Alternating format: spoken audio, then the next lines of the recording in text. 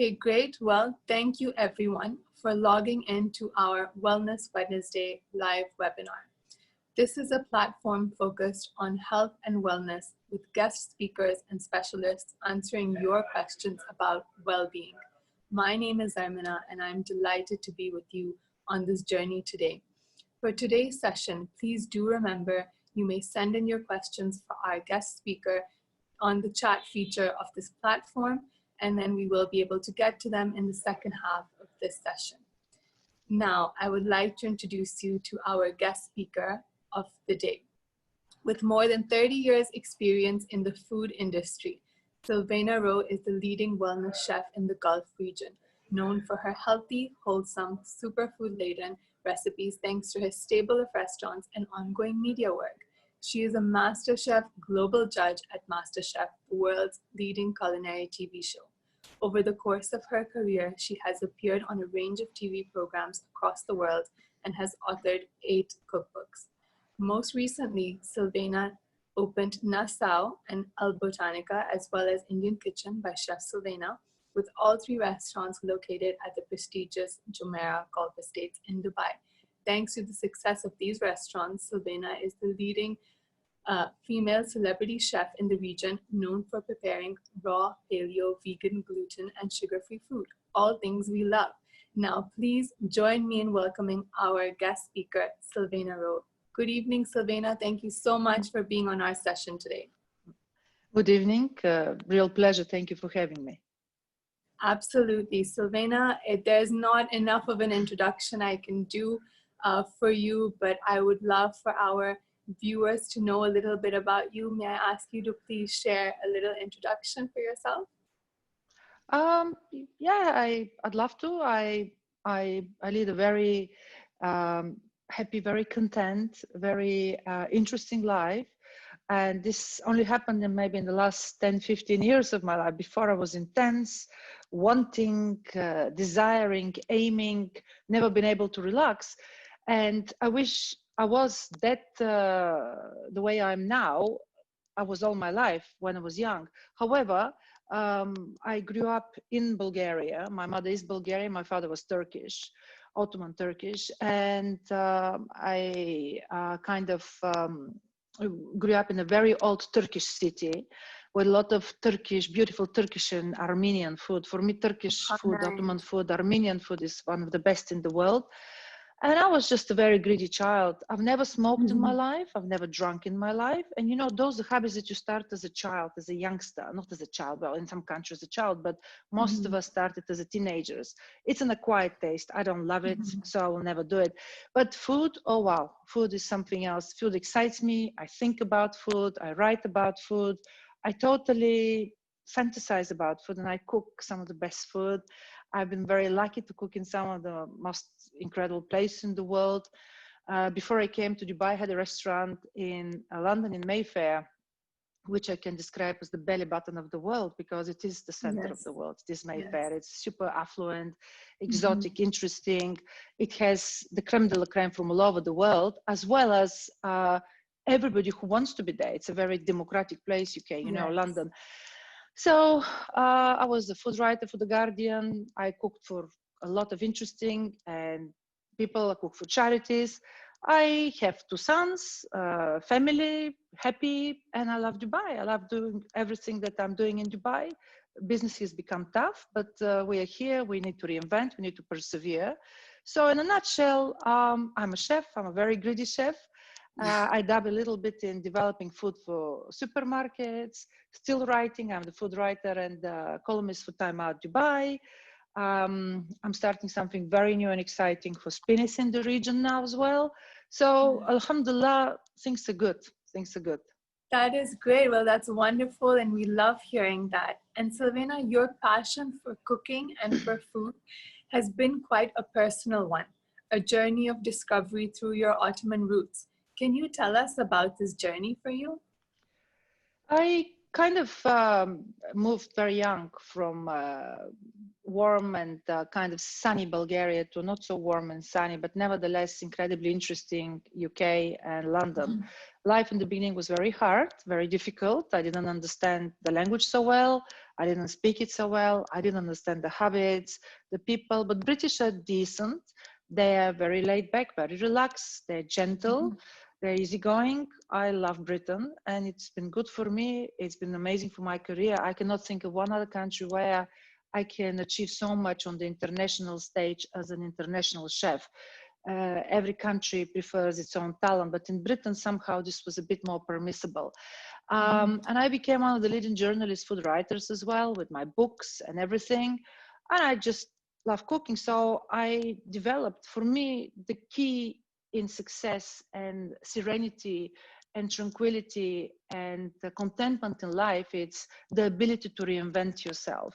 We clearly cannot deal with circumstances, but what we can do is deal with the way we react to these circumstances. Circumstances are dished upon us, but we can react the way we choose to react to them. And this has always been something that I've strived towards, not always succeeding, of course. So I kind of cooked. I used to cook I was very greedy, so I would eat anything and everything. And when you're young, you can do that. You can eat tons of sugar, you can eat tons of fat, you can eat tons of gluten, you can eat everything, and you still think, oh yeah, I'm fine. But as soon as the age starts advancing, you feel not the same anymore. And of course, I felt it, I realized it. So I changed the way I eat, I changed the way I cook. So now, over the last 10, 15 years, I have become very different in my cooking approach. I still love, the most important thing about my cuisine is to be delicious. Number one is always delicious, and above all, and then to be good for me. Now I eat with intent, because you know what? I want to eat long. I want to live longer, and I want to stay younger. And I will tell you now, at the age that I'm now, I'm better, I'm stronger, I'm healthier. I have more energy, alhamdulillah, than I did 10, 15, 20, 30 even years ago, 30 even years ago. Wow. So, you know, food has been the most phenomenal happening to me, the biggest excitement in my life. And I'm very grateful that I was given that opportunity to discover food for myself and to be able to educate others. Wonderful. I love that you said eating with intent, and we're going to get to that, but you've mentioned the international stage. And I wanted to share with our viewers that amongst your many accolades, you have cooked for Princess Michael of Kent, Tina Turner, Lady Diana, many well-loved leaders in the UAE and the country we are in right now. You've written books, a regular food column at The Guardian, featured on BBC and ITV, and you have restaurants in some of the biggest cities, Dubai, Sofia, New York, and London. What has your experience across all these platforms been like? And it's very rare for a chef to have such a varied experience, not just the chefing in the kitchen itself, but I have a lot of consultancy work. Like I developed one of the leading ranges in Waitrose, one of the leading supermarket chains in UK called Delicatese. And then I also worked as a consultant for Marks and Spencer's, because from my background, they were very interested in the flavors. And you do need to be a particular type of chef to translate something from a restaurant to a supermarket level. It needs to be different price, it needs to be different costing and different arrangement, different presentation, but still has to be very delicious. And it's been phenomenal, because it's been like a climbing, not necessarily climbing in the right direction, I would say. I don't care about climbing high and high and high. I want to move in the right direction to feel incredible about life, to be enthused, to be actually something that my sons are looking at me thinking, wow, my mother has more energy than me, and look how much she's achieving. And you know what? They say the sky is the limit. No, the sky is not the limit. If you have it here, the passion, the desire, and now you see, Zarmina, you know, if you're smart, in a few years' time, when you reach to my age, in quite a few years' time, you will aim for the same thing. You would want to look good, but you would also want the experience. Because right now, you don't have the experience, you're too young. Right now, I have the experience. And if I manage to look as good as I want to look for the age that I am, this is like a win-win situation, because experience cannot be beaten. It's the most important thing. And that's why, especially with COVID, we've lost so many of our elders, so many, and it's not been a great thing. I don't subscribe to any of these theories who says what. It's just the way it happened. They were the most obvious, the most sensitive of our population that succumbed to the virus.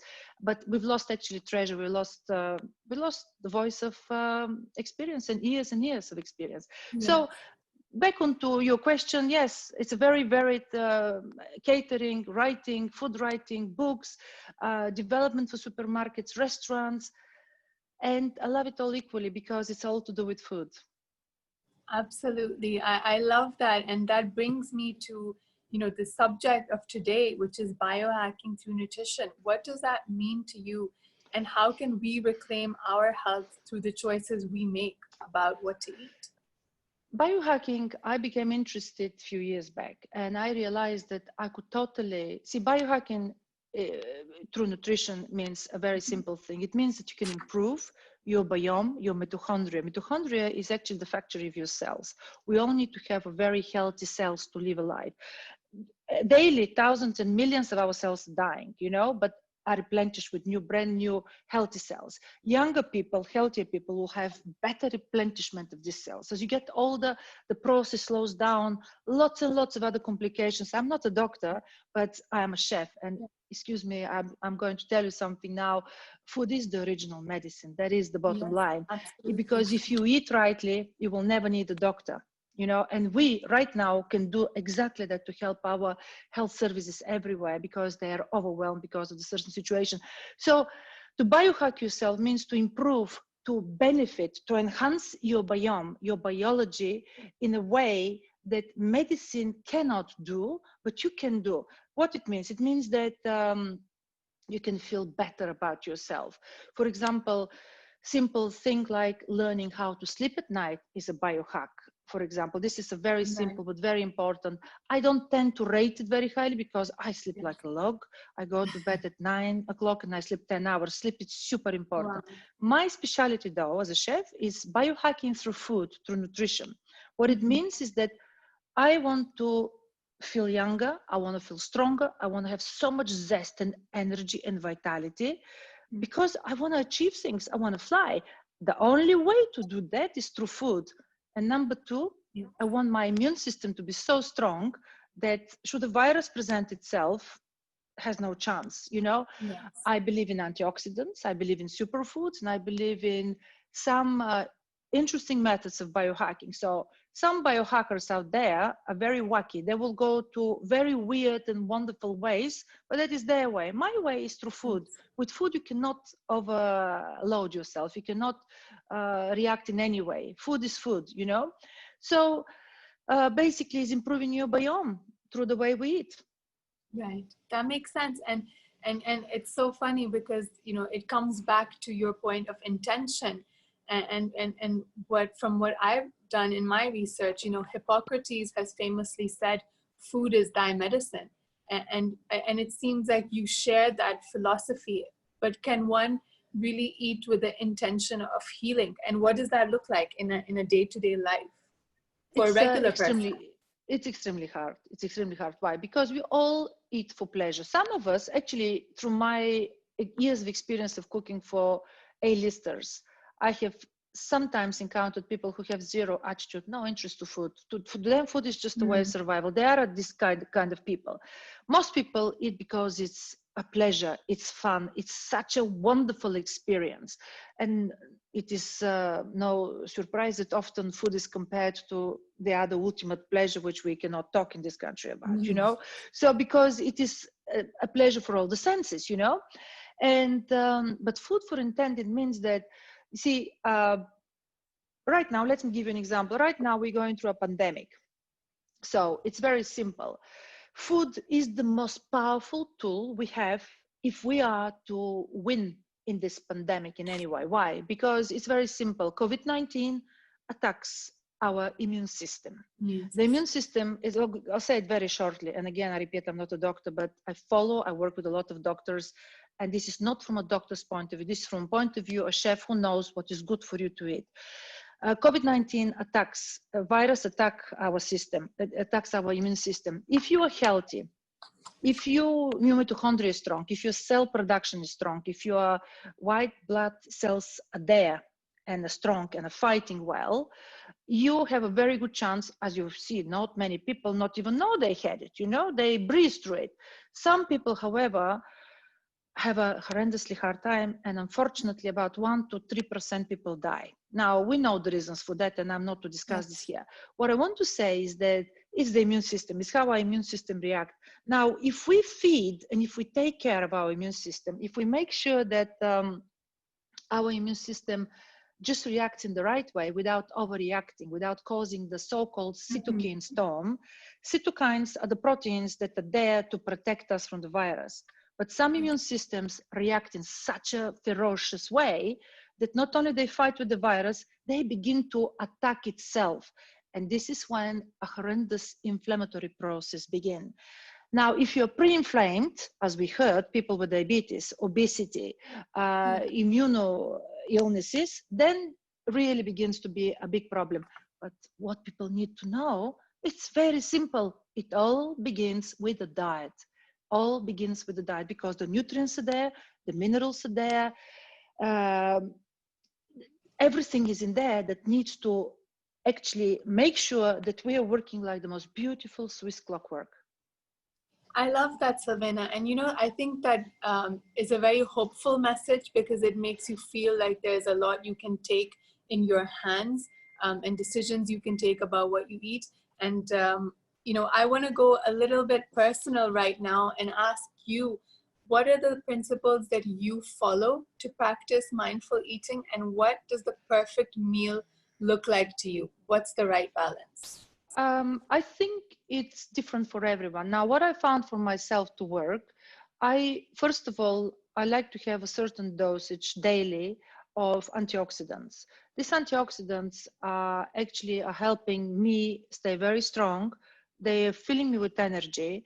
I have a smoothie every morning that actually consists of a number of ingredients that literally fires me up, like an engine, imagine like an engine, you know?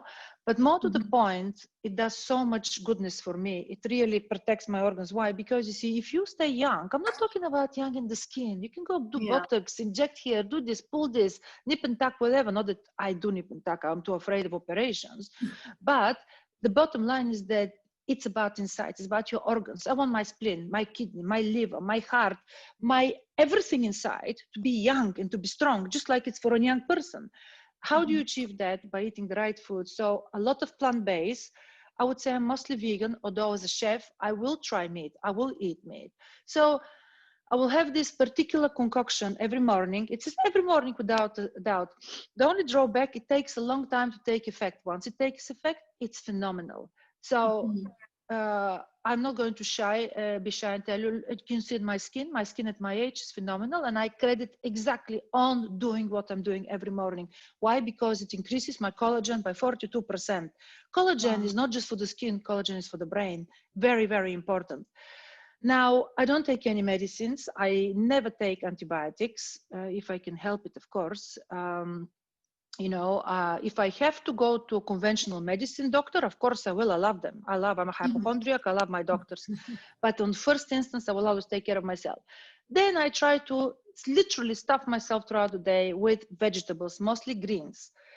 I will eat lots of broccoli, lots of kale. They will be not necessarily raw. If I eat raw food, I will eat it until 3-4 o'clock after in the evening, no raw food, because the body finds it very difficult to digest raw food. I fast a lot as well. You know, I love fasting. And I take supplements. I love my supplements. Now, most of the food I take gives me what I need. But there's certain things, because I know myself and I want to excel. I play a lot of, say, paddle tennis. I row, and I need to be stronger, you know? So I do certain things for myself like that as well, additionally. But also remember, this works on the psyche. So what is very important for our viewers now to understand is that even if you don't feel immediately like, whoa, I want to fly, here, the brain, because it's everything's to do with the brain. See, it is your thoughts that make your life happen. If you have amazing thoughts, if you have bright thoughts, you have amazing bright life. And if you have bad thoughts, cynical thoughts, jealousy thoughts, your life, it's a misery. So if you manage to think of yourself in that way, I mean, it's really tremendous. So I would say that I have this regime, I have a routine, and I stick to my routine. I have breaks sometimes from this routine. Come winter, routine changes. I switch to algae, lots of products with algae. I get stuff from Siberian sea, which is super clean. It's in a region in which not one single person has onco illness, which is tremendous because they all intake this. But these are things that you will never hear. Why? Because it's not big pharma. There's no money. Nobody will advertise that. You will hear about statins, of course, because there's money to be made of statins. You will hear about blood pressure regulating medicines because, again, there's money in there. So it's my life. It's my job. It's what is my passion. And it's what I find. Sometimes trial and error. You try things that are not so good for me. I stop taking them, for example. But very rarely this has happened. So I think perhaps your message is also a message of consistency, keeping it consistent and not waiting to just wake up one day and feeling like, yep, this is amazing, my diet's working, but just kind of building on it, right? It's not just that. To some people, it may be boring, but what I want to say is that your aim is to build an immune system that actually can do an active surveillance, not only to find the viruses, but to get rid of them in a very efficient way. And this is the perfect timing to talk about it. This is COVID timing. Like 20% of people will end up in hospital without a shadow of doubt. So why are people obese? Why are people with hypertension or why are people with diabetes? Even pre-diabetes people are in danger. And the bottom line is that diet is at the root of everything. So I would say something else. Try and avoid as much as possible meat. Or if you eat meat, eat it really high quality grain fat beef. Again, I will do it very rarely, very rarely. So the bottom line is that what it comes down to is that diet is the modifiable factor in our health. So when you talk about biohacking, my biohacking is through diet. And the example is that what I told you about COVID, some people breathe through it, some people suffer, some people die. And it is because of their diet. It's proven now. Why? Because we know people with diabetes, they can reverse within even 28 days, they can reverse the condition if they're strong, like if they're really strict about it. So it comes down to nutrients and minerals and phytonutrients. So if you make sure that you have a diet that is based on that, occasionally it's okay. I mean, occasionally I will go and have tempura. Okay, I'm not going to have fried things, but tempura is fried, but it's very quickly, it's the healthiest Japanese, whatever. You know, even sushi you think is healthy. No, it's not healthy. Sushi rice is made with so much sugar and it's white, it's refined. So as a general rule, the general rule is that stick to non-processed, plant-based, completely avoid sugar. Sugar, it's number one enemy, without a shadow of a doubt. Now, I don't take sugar, very rarely. I'd say maybe 15% of the time I will take sugar, somewhere hidden. Sometimes I fancy chocolates, I'll buy a piece of chocolate. Most of the time I will have 70-80% of chocolate though.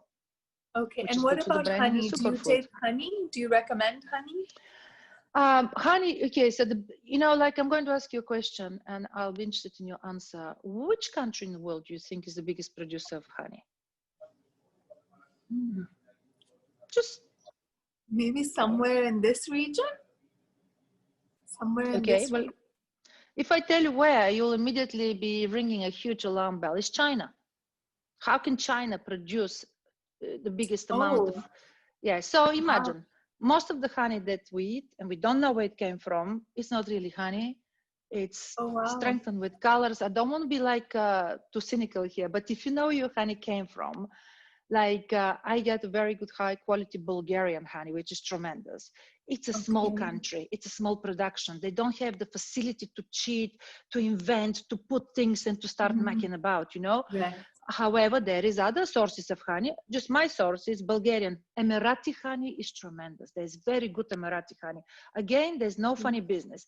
One thing about this country where we are surrounded with endless amount of organic farms. The organic produce, especially in winter here, alhamdulillah, we're so lucky. And again, the government here is very hands-on, you know, so all the produce, it's really very clean and very delicious. So with honey, I would say go for it. Remember, this is all calories, but this is a good calories, healthy calories. So in my desserts, I prefer to sweeten. For example, I don't use ever sugar in my desserts, never, never, never. Not even coconut sugar, because it's still sugar, although it's a bit better than white refined sugar. Cane sugar, no, absolutely no. Agave, no. When it comes to sweeteners, it's very important because most of them really play havoc with our blood sugar. So, of course, I would say monk fruit and erythritol. Those are plant-based, expensive, but if you're doing desserts, use them. And stevia. Stevia not for cakes, only for creams and liquids, because it dries otherwise in a cake too much. And watch the fillers in those. Okay, well, that is some great information. I'm sure our viewers are taking notes right now. Thank you. You know, Silvena, it's interesting. I read a quote the other day, and I wanted to remember this to ask you. So the quote was something like, the secret to motivation is either inspiration or desperation. And I think, you know, this conversation is very inspiring. And do people come to you for inspiration a lot? Do they ask, do you get a lot of questions, very common questions that you get? The most extraordinary thing happened a few years ago when I was invited to become a judge on MasterChef. Then I became a MasterChef Global. So as a result, I traveled in a few countries, and MasterChef, as you mentioned yourself, it's the most famous, the most popular format with 60 countries in the world creating their own version of MasterChef. What it does, it educates people how to cook, what to cook, how to enjoy food, how food becomes part of life, how food becomes part of family, how food gets us all together. There's so many incredible factors about food. Especially now with the pandemic, look how many people, look how many supermarkets were running out of baking yeast, of flour, because everybody was cooking at home. So I would say, don't wait for desperation. You see, I do everything I do because I never want to feel desperate for it. But if you happen to be in a situation in which, oh my God, I kind of missed the boat, I had too much sugar, or I developed diabetes, or I have a high blood pressure, or my cholesterol, absolutely don't worry. The body is such a fantastic organ. It has a beautiful memory. Remember how you were. It can go back, but you do need to stop eating those fried, refined foods and sugars and carbs, as well as processed food. You see, in America, and I know samples from America because it's the most studied subject, about 75% of people are eating not just processed, ultra processed food, and that is lethal. If there was a way in which we can prove that this person died because of poor diet, everybody would have paid attention. This person went skiing, they broke their leg. Okay, they're not going to go skiing again, or they'll be super careful when they do it again.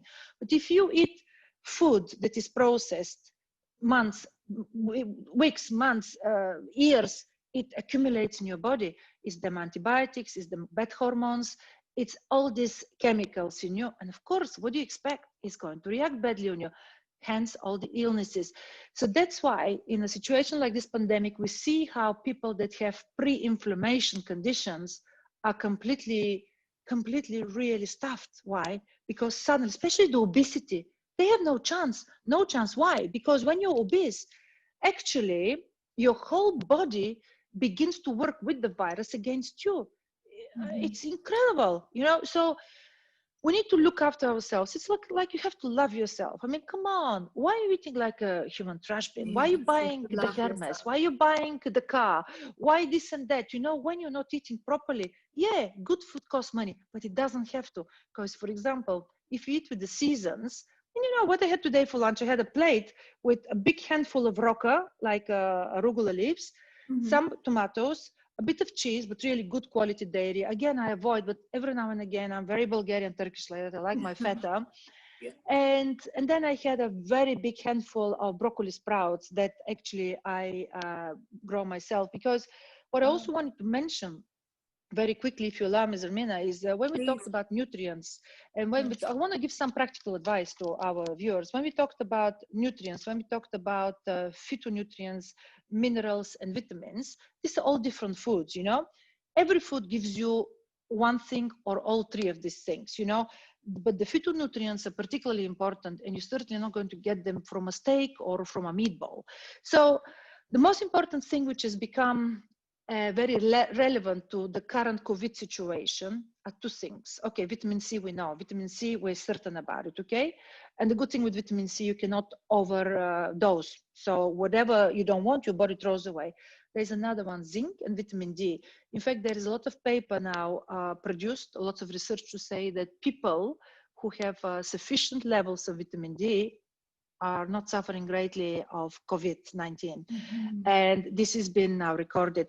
I will tell you now that 80% of humans in this world are vitamin D deficient.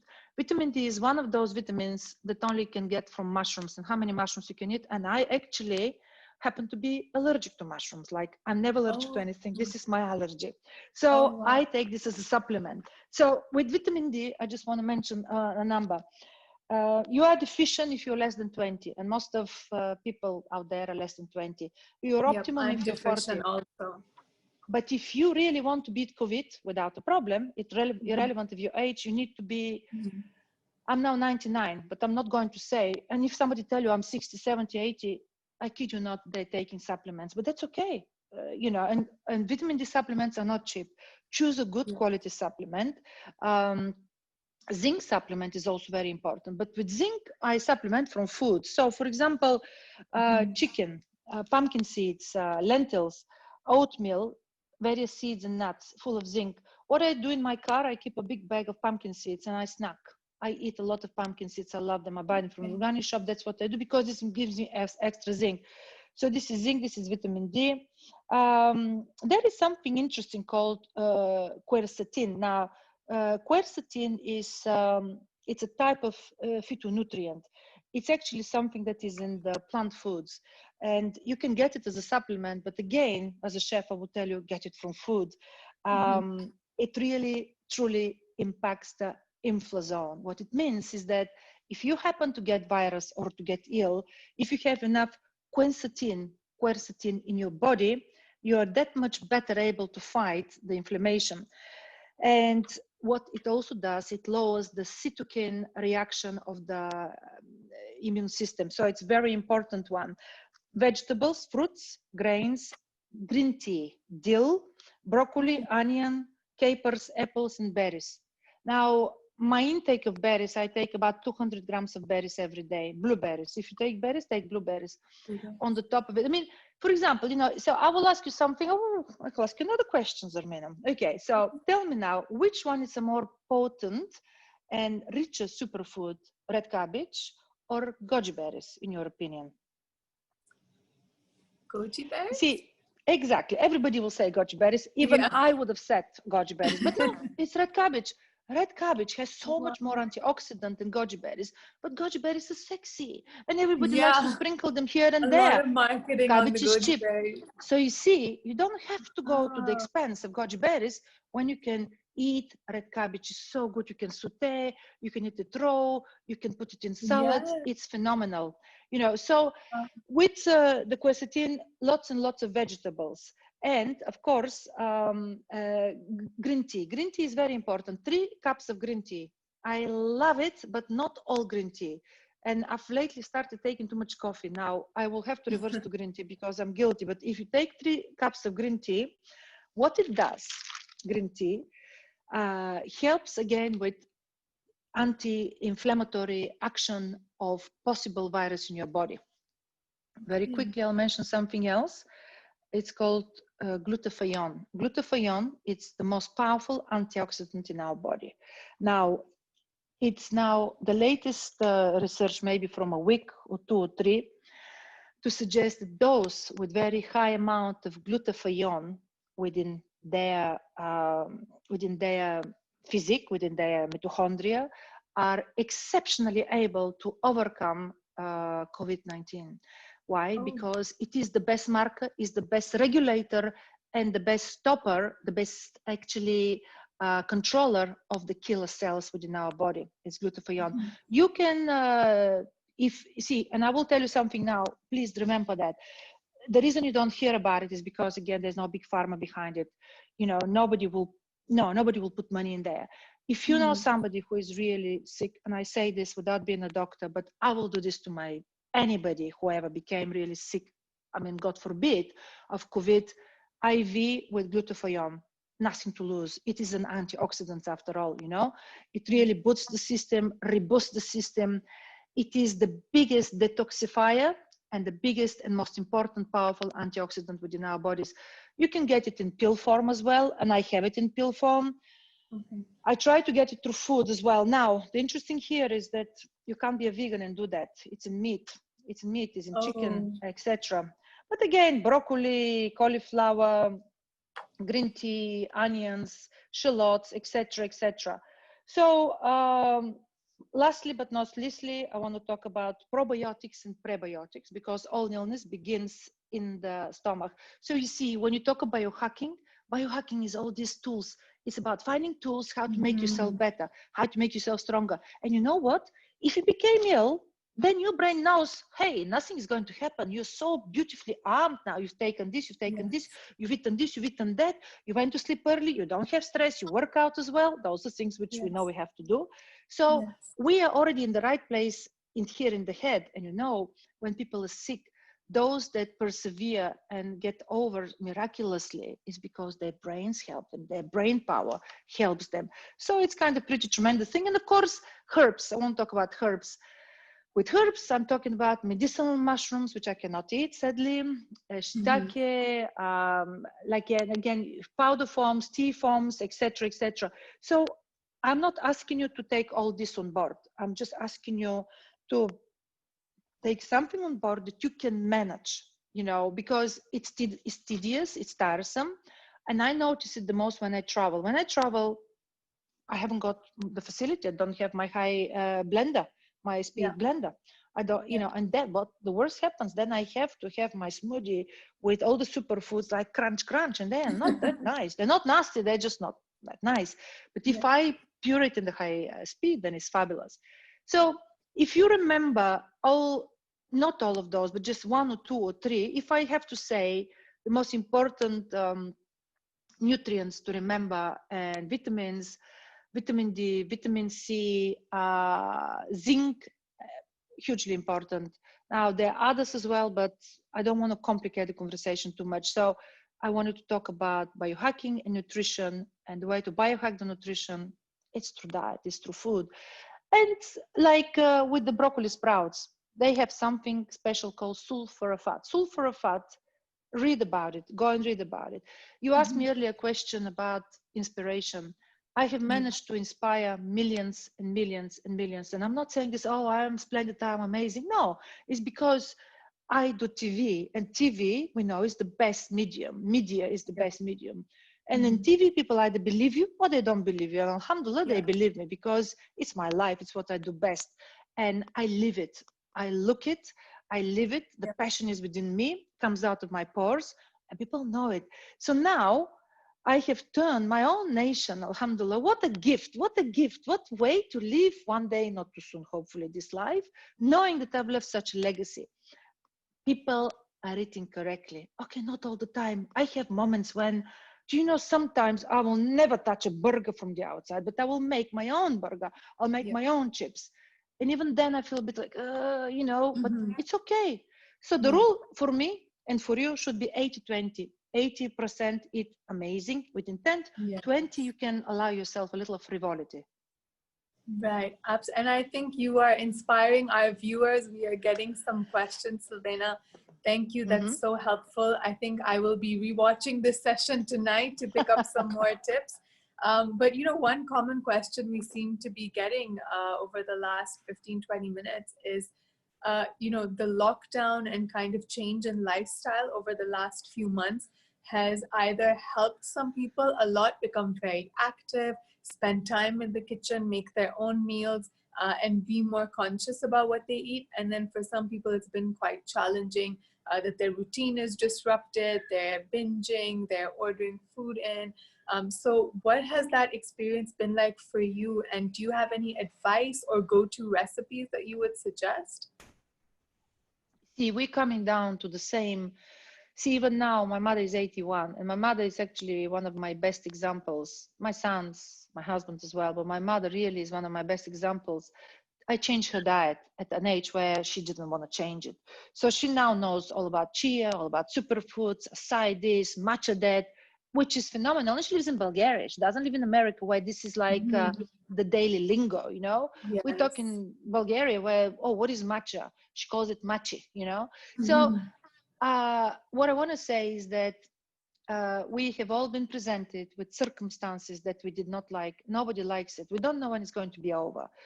I know for sure COVID is not going away. It's going to stay around. We just need to be super resilient. We need to be super smart. How are we going to combat? And it comes down to how we started this conversation, which I repeat to myself daily because I'm not perfect. I'm not good at this. You know, it's so wonderful to give up and to lay in your own pool of self-pity. Oh, it's so warming. It's so reassuring, but just for these few minutes or hours or in some cases days. And then the life slaps you because the real life is out there. So I long stopped doing that. No longer I have self-pity or self anything, you know, I just get up and go. But what I like to be stronger and better at is to remember that, yeah, like say sitting in the traffic, what can you do? You can shout and scream and beep and beep and beep. No, the circumstance is there. You can do nothing about it. And this is the simplest example, which is the most common given out there by psychologists. It's the same thing. We got hit by the biggest slap in our living history, I think, you know, with this COVID. Nobody expected it. We overreacted. What is worst is the post-COVID syndrome. A lot of people are suffering psychologically, mentally, as well as physically. So suddenly people forgot that you're not powerful enough to fight the circumstance. Only God can change circumstances. But what we can do, what God has given us, what Allah has given us, is the ability to fight, the ability to modify ourselves to this circumstance. So the way I reacted, I started writing a new cookbook called Sweet Vegan. I became fitter and stronger. My psyche was, I worked so hard on my psyche. I was alone for most of the time. And I'll be honest with you, I nearly lost it. I had to go back to my family because I was alone. But a lot of people that were not alone were fighting at home. They had not got used to being with each other. So it requires a certain amount of strength. And I would say more people did not benefit of the situation. More people didn't. Not to say that a lot of people lost resources and incomes, financial means, etc. But mentally, people were totally screwed up. Some people managed to come out really well. Just because some people have money doesn't mean to say they have money, but they couldn't go shopping. They couldn't go out with their friends. They were stuck at home where they'd never been at home. They were their children. They didn't want to be with their children. They were looking at them like, oh, God, do I have to do homework with you now or what? So it is really about how you react to that circumstance. And you're right. And sadly, we are now suffering. We're going to see this post-COVID syndrome at a much bigger scale because a lot of people are affected by that. A lot of people, mentally especially. And it's not going away. It's still here. And we forget about it. You only look at the numbers in the UAE, but not just here. Look at the numbers all over the world. People forget. They go out, party, this and that, and boom, again. So I feel that we need to be careful, vigilant. Mask on, definitely. I'm a pro-masker, and really continue to build ourselves up. I wanted to learn a language, but I wasn't that good. So, you know, I've been here 7 years, and I keep saying, oh, I'll learn Arabic. But my friends, Arabic friends, they laugh at my accent and they say, oh, speak English. We all speak English here. It's the official language. So easy. But I could have been better as well. But, you know, no, I'm not looking for another lockdown. Yes. It's about being strong and trying to do the best out of whatever situation is, whatever we've been given. We're lucky to be alive, to be still enjoying that life and then you have this sense of belonging. Then you have this sense of doing something for others, you know, as well. And for me, it's been a very poignant time how people can be so civil to each other. How can people do so much for each other in such a troublesome times? That's very true. So we'll take another very common question we're getting. I will summarize it because we have a few of these. So we're getting a question, Silvena, asking about losing weight, and does your 80-20 rule apply to that? What's your approach to people eating healthy, particularly for weight loss, whether they're pre-diabetic or, facing other health concerns or infertility? It could be many different reasons that they're trying to lose weight or just to feel or look good. What's your approach to that?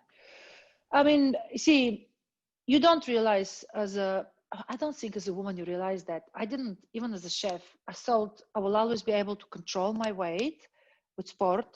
And even though I ate a lot, I wasn't gaining. And then you suddenly realize, well, hormones, they change. Right now I work a lot on my hormones. Right now I'm busy working on my estrogen, progesterone, testosterone, and DHEA, whatever, because this is the female hormones within me. So I would say that it's a very active, never-ending exercise, and you can't just blindly eat whatever you want to eat. What is tasty, it's no longer an option. See, I'd love to have a curry every night. I just love curries. I love curries of every sort or any sort. I love cooked meals. I love rice. See, rice has something called umami. Rice is more rich. The more you eat, the more you want to eat. It's this kind of element that the Japanese, they discovered it, but a lot of ingredients have umami, like parmesan, tomato, sauerkraut. These beautiful foods that you eat them and they're so tasty and you just don't want to stop eating them. Well, so what I've done now, I've altered my diet in such a way that it still has calories, but they're very healthy calories. Why? Because they work on my cognitive ability. They work on my energy levels. I'm not interested in calories that sedate me and they drop my blood, play havoc with my blood sugars. I mean, come on, you think, you see the hardest, do you know what I do? I go to a hotel here, one of the local lobbies. I like to sit there with my computer, have a coffee. I never touch anything of their cookies or cakes. I bring my own and I don't care. They can't say nothing because they haven't got an option for me. So I bring my own. So I very much control what I eat and I control my weight. Now, my weight hasn't changed in the last maybe 10 years when it could have changed. And it was changing. 10 years ago, I was a lot heavier. And then I lost. I'm not slim, but I have a lot of muscle. So I'm not slim, I'm not skinny. I never will be because I like my food too much. Also, muscle mass is very important. The most important thing, Silvena, for me, it's anti-aging right now. So I do everything in order to anti-age. I don't want my body organs, my brain, my cognitive abilities to age. And I don't want to put on weight because if I put on weight, then I become more sluggish. I don't enjoy the weight. It's not that I look fat. I'm tall. I'm 6 foot tall. I will never look fat. But I control it with a special, I wouldn't say diet. It's about lifestyle. I actually altered my whole lifestyle. Anything that reacts badly on me, I don't take.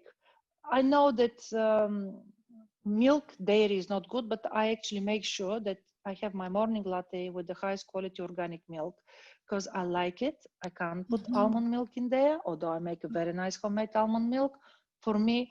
And also I'll tell you, if you go to a coffee shop, don't buy the soy latte. Don't buy the almond latte. Ask for the card box and see what's in there. Please, people, has sugar. Almond salt, almond milk, commercial, has only 2% of almonds. You can imagine what else is there.